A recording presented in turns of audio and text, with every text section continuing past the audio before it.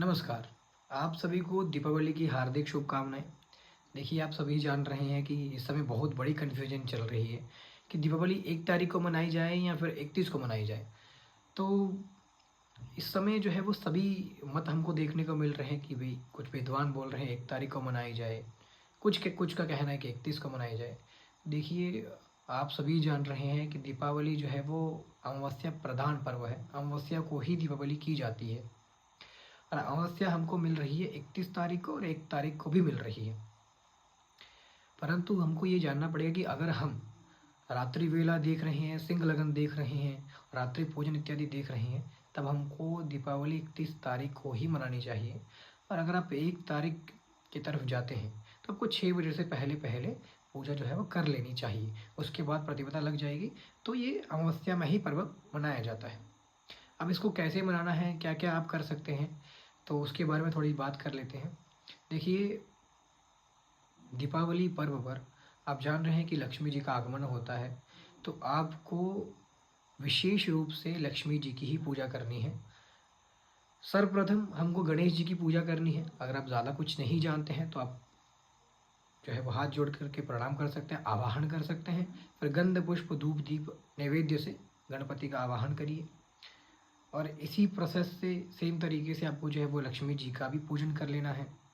उसके बाद आप जो है वो अपने देहली विनायक जो पूजा होती है, आप देहली पर आइए, अपने मुख्य द्वार पर आइए और वहाँ पर स्वास्तिक, शुभ लाभ इत्यादि बना करके ओम देहली विनायकाय नमः करके जाप करके और देहली का पूजन करिए। उसके बाद आप जब लक्ष्मी पूजा कर रहे होंगे, तो देखिए जब आप लक्ष्मी पूजा कर रहे होंगे, उसी समय पर आप कलम की भी पूजा करेंगे, उसमें मौली बांध करके। सेम प्रोसेस से जो है वो आपको कलम की भी पूजा कर लेनी है। देखिए, उस दिन बहुत जो है वो विशेष दिन रहता है। आप अपने-अपने कार्यों में उस दिन आपको जो है वो थोड़ा-थोड़ा अपना कार्य करना चाहिए। बच्चों को जो है वो उस दिन ज़रूर शिक्षा अध्ययन करना चाहिए। जो व्यापारी है वो थोड़ा बहुत जो है वो उस दिन व्यापार करे। जो ट्रेडर है वो थोड़ा ट्रेडिंग में प्रॉफ़िट लेके आए। जो स्टॉक मार्केट में इन्वेस्ट करता है वो थोड़ा प्रॉफ़िट बुक करे। तो ये सब चीज़ें आपको करनी चाहिए। उस दिन जो है वो बहुत विशेष दिन रहता है। उस इसीलिए अमावस्या के दिन ही जितने भी यंत्र, तंत्र, मंत्र रहता है, इसकी ज़्यादा जो है वो सिद्धि होती है। तो इस चीज़ को दिमाग में रखते हुए आप लोगों को अपने-अपने कार्यों में जो है वो संलग्न रहना चाहिए। इसी के साथ में जो है वो दीपावली वाले दिन आपको एक पोटली तैयार करनी है।